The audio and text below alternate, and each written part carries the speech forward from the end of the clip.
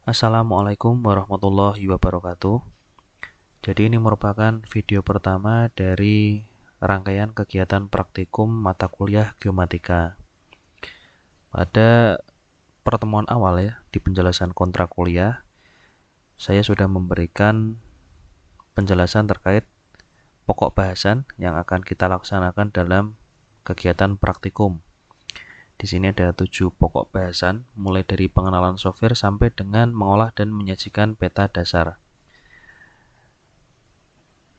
Dan di video yang sebelumnya, saya sudah memberikan panduan instalasi aplikasi ArcGIS Desktop versi 10.5.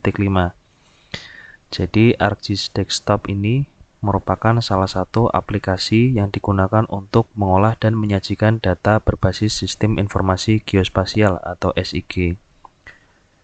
Di dalam aplikasi ArcGIS Desktop 10.5 terdapat beberapa aplikasi yang nanti salah satunya akan kita gunakan dalam kegiatan praktikum. Aplikasi apa saja yang ada di dalam ArcGIS Desktop? Yang pertama ada ArcCatalog, kemudian ada ArcGlobe, ada ArcMap, ada ArcScene, dan sebagainya. Ada Python, ada ArcToolbox, dan lain-lain. Nah, nanti kita akan fokus pada penggunaan software ArcMap. Jadi dari 7 pertemuan ke depan, mulai dari pertemuan sekarang ini ya, kita akan menggunakan ArcMap. Saya asumsikan Anda sudah berhasil melakukan instalasi software ArcGIS Desktop versi 10.5 semua. Jadi saya rasa untuk kegiatan praktikum ini Anda bisa mengikuti dan mempraktikkan dengan baik. Untuk memulai pertama kali mengaktifkan aplikasi ArcMap, caranya sama dengan kita mengaktifkan aplikasi lain dalam komputer kita, yaitu kita pilih Start menu, kemudian pada pilihan aplikasi ArcGIS, kita buka foldernya, dan kita pilih yang ArcMap 10.5. Di sini akan ada proses yang memakan waktu lumayan lama untuk loading pertama kali. Nah, apabila sebelumnya sudah pernah membuka aplikasi, kemudian kita close dan kita buka lagi, itu akan memakan waktu yang cukup cepat. Ini ya tampilan awal dari ArcMap. Di sini ada jendela yang bertuliskan ArcMap Getting Started. Ini artinya adalah bagaimana kita akan memulai penggunaan ArcMap ini. Apakah kita akan membuka existing map atau peta yang sudah kita buat sebelumnya, atau kita akan membuat peta baru. Untuk belajar, kita akan membuat peta baru di sini dengan melakukan klik pada New Maps. Nah, di sini saya akan memberikan tips esensial yang bisa Anda terapkan terkait dengan manajemen data atau pengorganisasian data.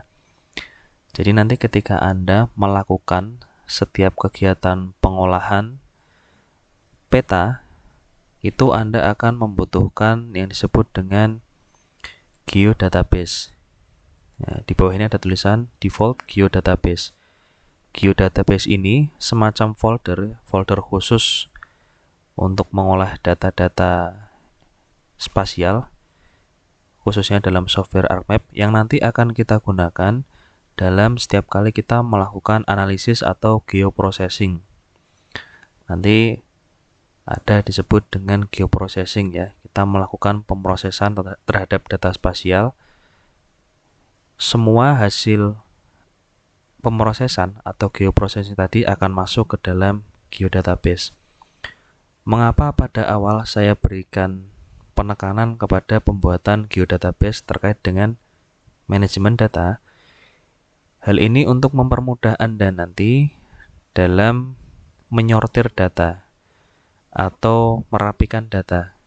Jadi kalau secara default, geodatabase itu akan berada pada folder defaultnya ArcGIS, yaitu di dokumen ArcGIS default.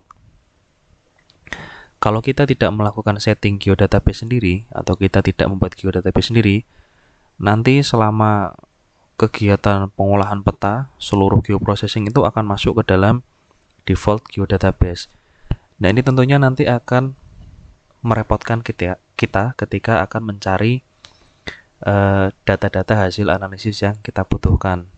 Maka kita perlu membuat geodatabase sendiri dalam setiap masing-masing kegiatan pengolahan data sistem informasi geografis, atau dengan kata lain, setiap kita akan membuat peta, misalkan kita akan membuat peta untuk tugas geomatika, kita nanti akan membuat geodatabase sendiri. Atau secara lebih spesifik, untuk tugas pertama geomatika, kita akan membuat geodatabase sendiri. Tujuannya tadi saya ulangi, untuk melakukan manajemen data dan pengorganisasian data dengan baik. Oke, kita kembali ke sini. Untuk memulai membuat peta baru, kita klik di bagian New Maps, kemudian kita pilih blank map di sini. Nah, kemudian kita buat dulu geodatabase yang baru.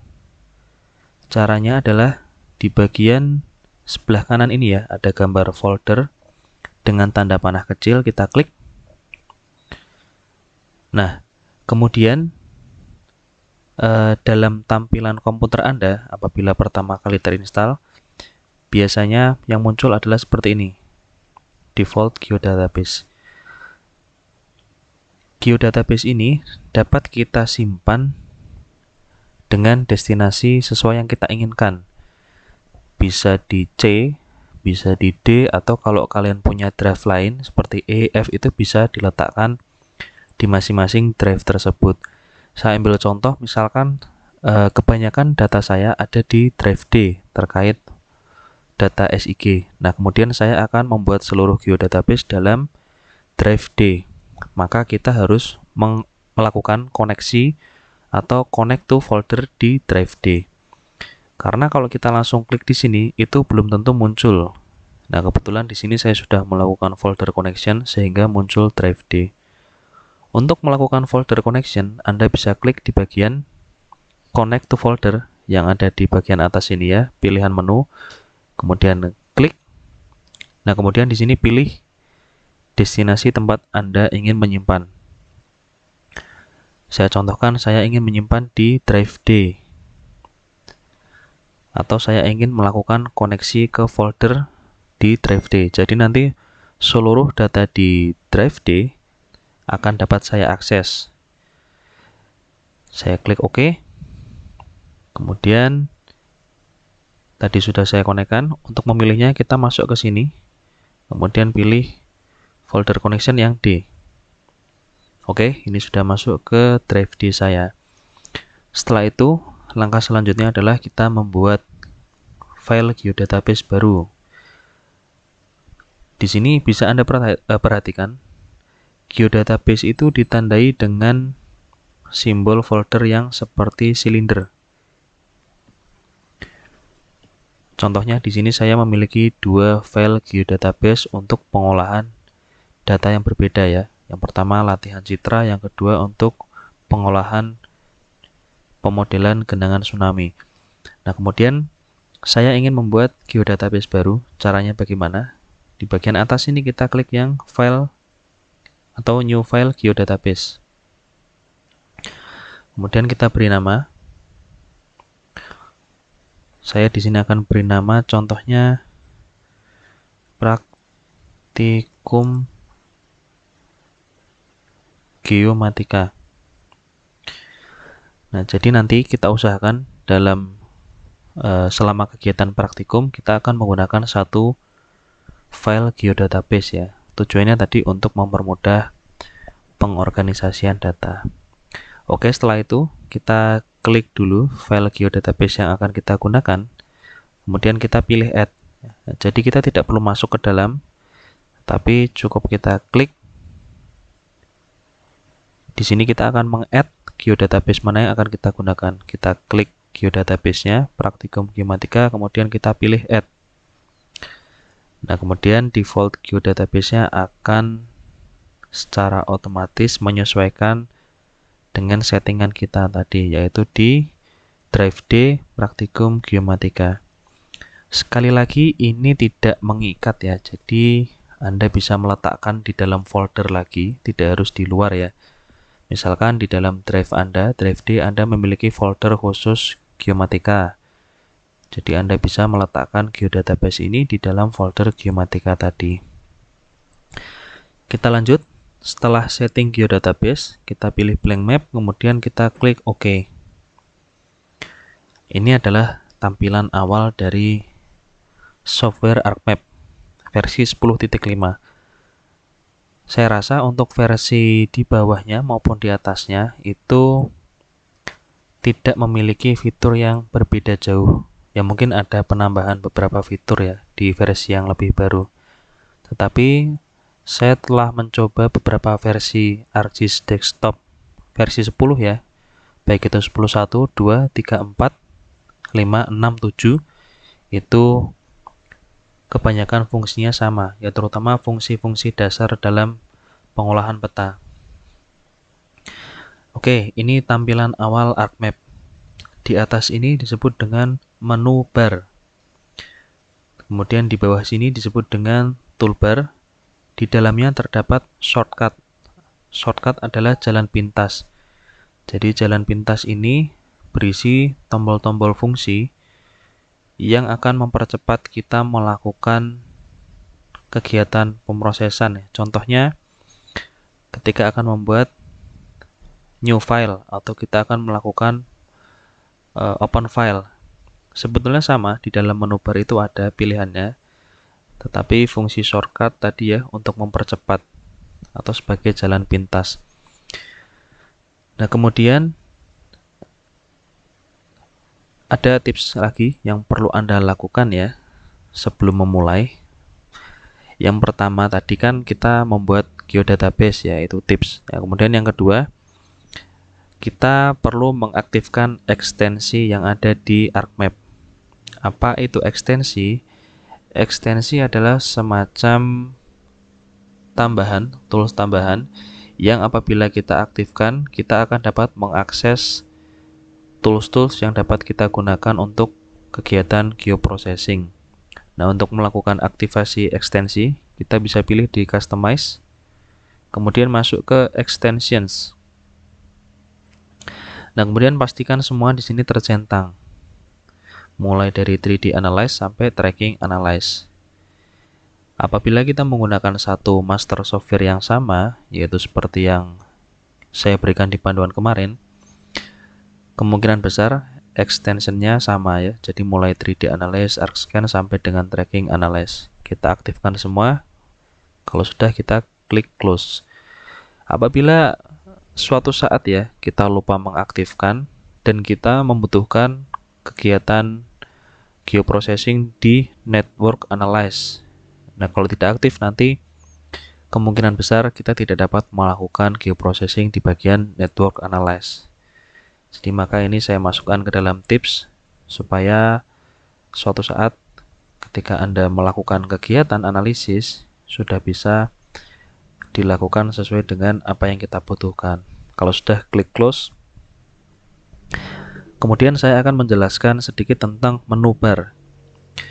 Di atas ini disebut dengan menu bar dengan beberapa opsi pilihan mulai dari file sampai help. Di dalam file ini berisi beberapa perintah dasar seperti membuka peta baru atau membuka file yang sudah pernah kita buat, melakukan penyimpanan, melakukan add data. Jadi kita bisa melakukan add data dari sini, kita bisa melakukan pencetakan data ataupun ekspor data. Dan kemudian di bagian menu bar edit ini ya, dimana kita nanti akan melakukan contohnya seperti undo, redo, kemudian memotong, cut, atau copy, paste, dan sebagainya. Nah, kemudian di menu view, ini perlu saya jelaskan sebagai dasar ya. Jadi ada dua view utama yang akan kita gunakan dalam ArcMap, yaitu data view dan layout view. Bedanya apa? Data view ini menampilkan layer yang kita kerjakan nanti.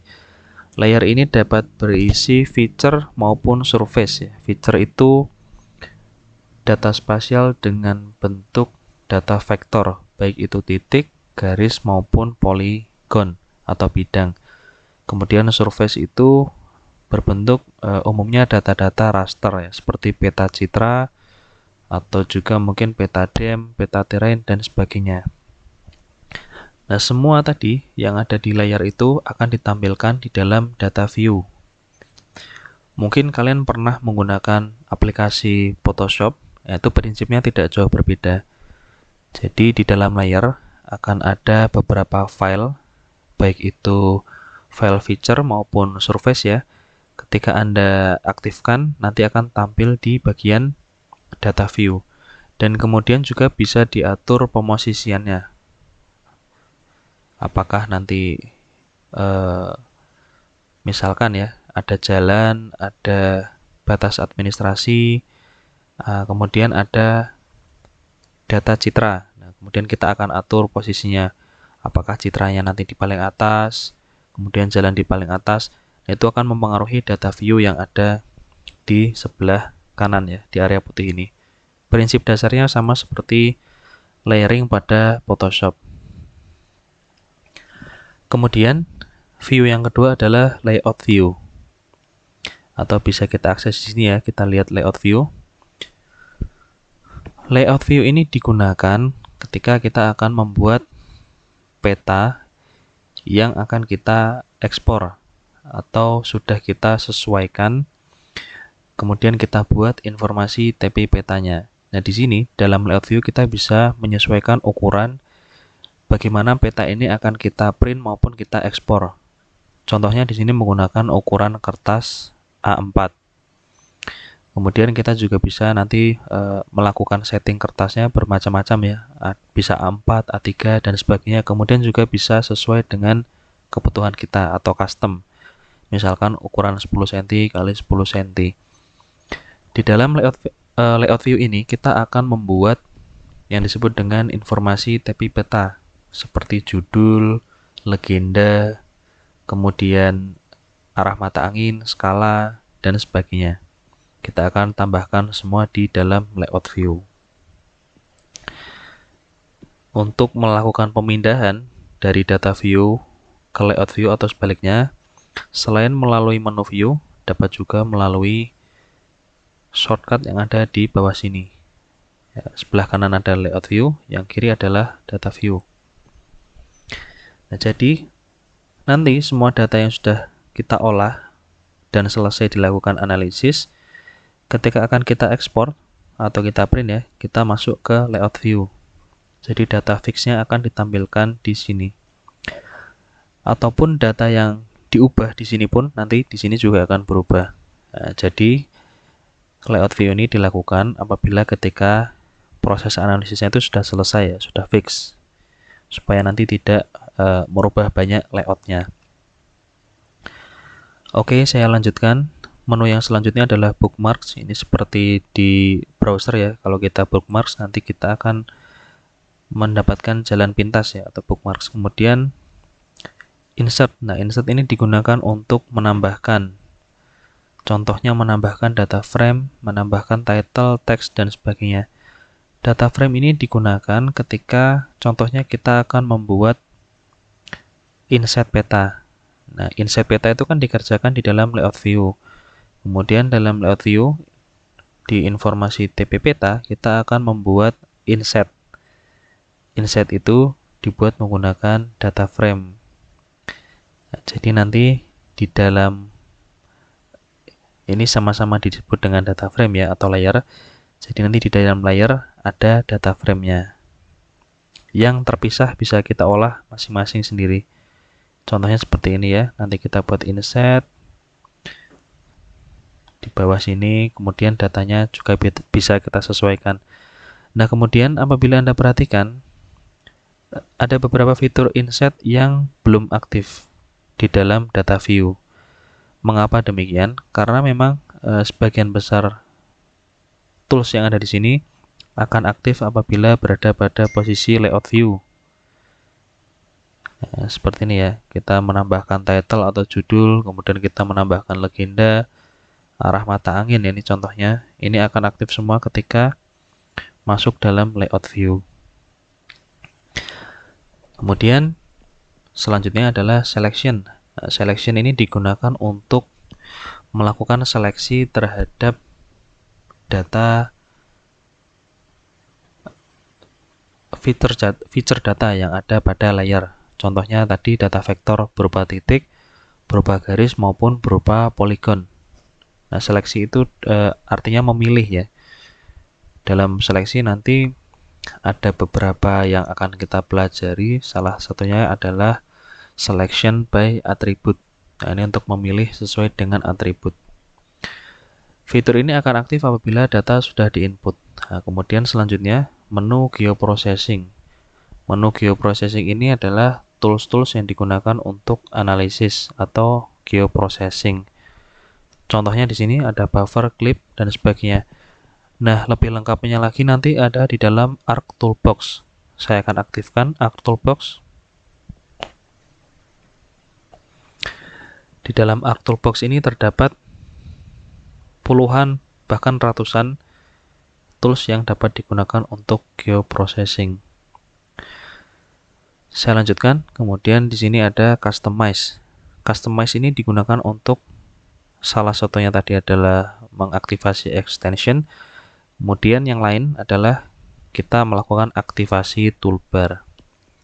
Saya ingatkan lagi tadi toolbar berisi shortcut atau jalan pintas dari tools atau perintah yang akan sering kita gunakan. Di dalam toolbar sini bermacam-macam, ada toolbar 3D Analyze sampai ke toolbar Snapping, Spatial Analysis, dan Versioning. Di sini apabila Anda perhatikan sudah ada beberapa toolbars yang aktif. Yang pertama adalah Layout, kemudian Standard, dan Tools. Toolbar Layout adalah toolbar di sebelah sini. Kemudian ini toolbar standar, kemudian ini toolbar tools.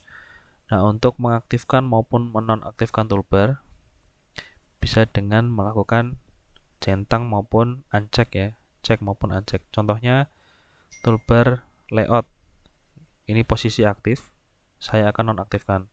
Nah, nanti akan hilang di sini. Kemudian saya akan aktifkan kembali, saya klik.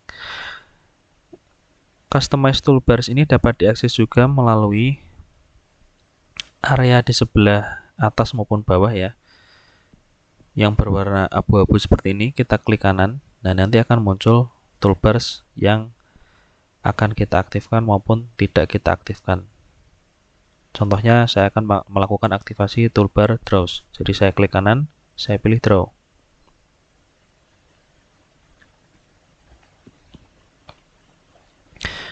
Biasanya pada ArcMap yang masih fresh atau baru diinstal, toolbar itu ketika diinsert bentuknya seperti ini. Jadi tidak langsung masuk ke jendela bagian atas maupun bawah, tapi bentuknya seperti ini, masih terpisah ya. Nah, untuk memasukkan, kita cukup klik sampai keluar panah berbentuk plus ya, kemudian kita drag dan kita masukkan sesuai dengan yang kita butuhkan. Nah, susunan toolbars ini adalah preferensi masing-masing orang. Jadi tidak selalu apa yang saya tampilkan di sini harus Anda contoh, tetapi tergantung dengan kebutuhan. Sesuai dengan yang kebiasaan Anda nantinya. Contohnya di sini toolbar draw saya masukkan di bawah. Namun ada juga yang nyaman ketika meletakkan toolbar drawing ini di atas atau bahkan di luar ya, tidak seperti ini tapi seperti ini. Itu tergantung. Nah, kemudian selanjutnya menu Windows. Menu Windows ini berisi beberapa hal yang akan kita gunakan nanti adalah yang pertama table of content dan katalog. Table of content di sini ya sudah aktif secara otomatis berisi layer ya. Layer tadi adalah isinya bisa berupa feature data maupun surface data atau berisi data spasial, baik itu data vektor maupun data raster yang akan kita lakukan pengolahan. Nah, kemudian yang kedua adalah Arc Catalog.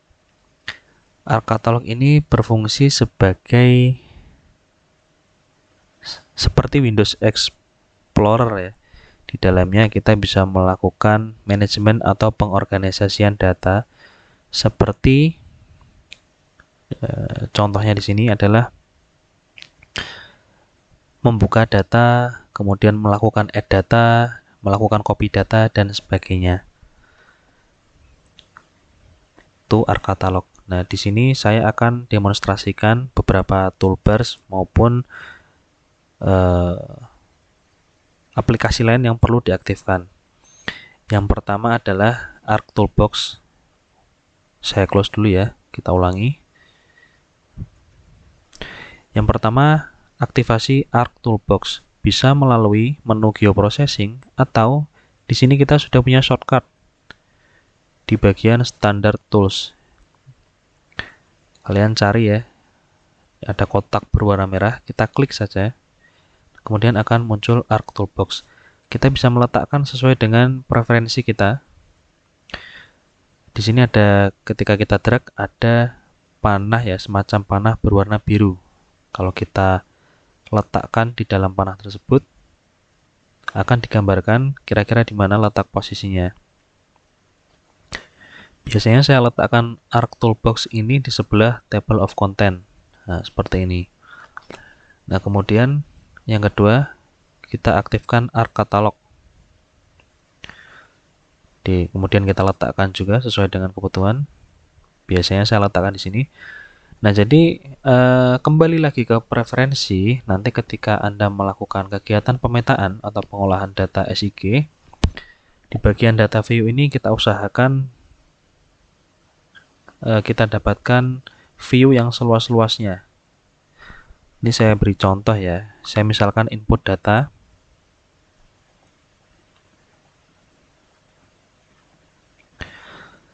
Nah, apabila data view ini kita input ya. Sebentar, saya pindah dulu. Ini berada di data frame. Nah, apabila data view ini jarak pandangnya tidak terlalu luas, tentunya akan mempengaruhi kemudahan kita dalam melakukan analisis ya. Contohnya seperti ini. Tidak terlalu terlihat ya, atau areanya sangat kecil. Nah, maka kita perlu lakukan pengaturan. Tentunya masing-masing laptop akan memiliki ukuran layar yang berbeda-beda maupun resolusi yang berbeda-beda. Jadi tinggal kita sesuaikan saja. Ini bisa diedit, dibesarkan, dikecilkan ya masing-masing Windows-nya. Nah, kemudian saya akan melakukan aktivasi toolbars. Caranya bisa melalui customize toolbars atau lebih mudah di sini ya, klik kanan. Yang pertama adalah toolbar draw. Ini digunakan untuk nanti pada kegiatan membuat layout atau layouting. Yang kedua, toolbar georeferencing. Nah, nanti di praktikum selanjutnya akan ada proses georeferencing. Kita masukkan ya di dalam jendela bagian atas. Selanjutnya toolbar standard dan toolbar tools ya, ini harus aktif semua.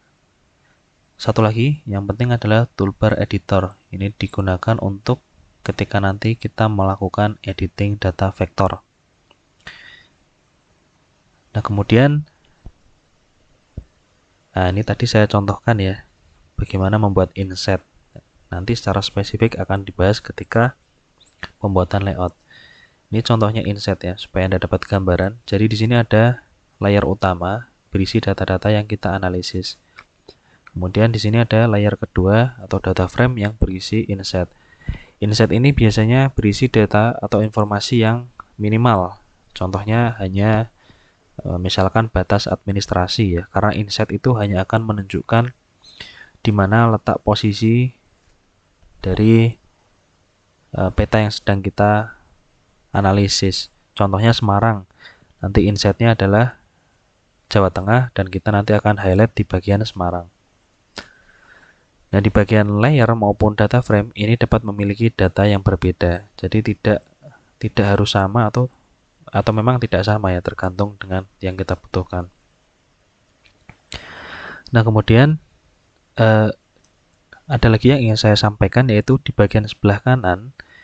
Apabila kalian lihat ya, di situ ada angka yang ketika saya menggerakkan kursor di bagian data view, dia akan berubah mengikuti dengan arah gerakannya. Di sebelah kanan ini ya, 4, 4, 6 sekian. Nah, ini adalah yang disebut dengan titik koordinat. Nanti materi tentang sistem koordinat akan dijelaskan lebih lanjut, tetapi pada praktikum Anda akan mendapatkan gambaran ya setidaknya terkait dengan sistem koordinat. Sistem koordinat ini memiliki satuan, di sini satuannya meter, berarti sistem koordinat yang digunakan adalah UTM. Nanti juga ada sistem koordinat lain yang akan umumnya Anda gunakan yaitu koordinat GCS.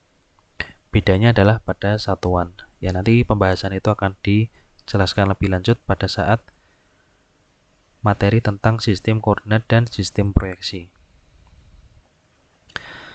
Kemudian selanjutnya, ketika semua sudah selesai di sini ya, saya kembali lagi ke menu File, Export Map.